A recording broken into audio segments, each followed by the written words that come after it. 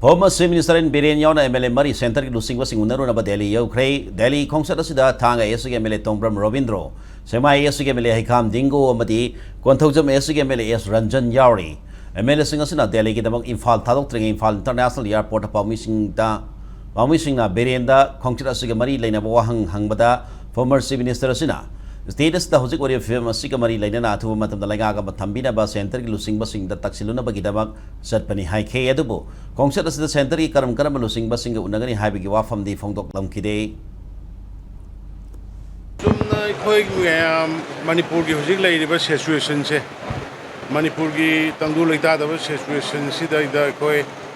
athuba matam da popular government ama thambiraga lairiba situation si IDP ki tawriba highway ki tawriba kholiba mayam se loisinaba khara thuna tawsi haidana du ki taksan basat pane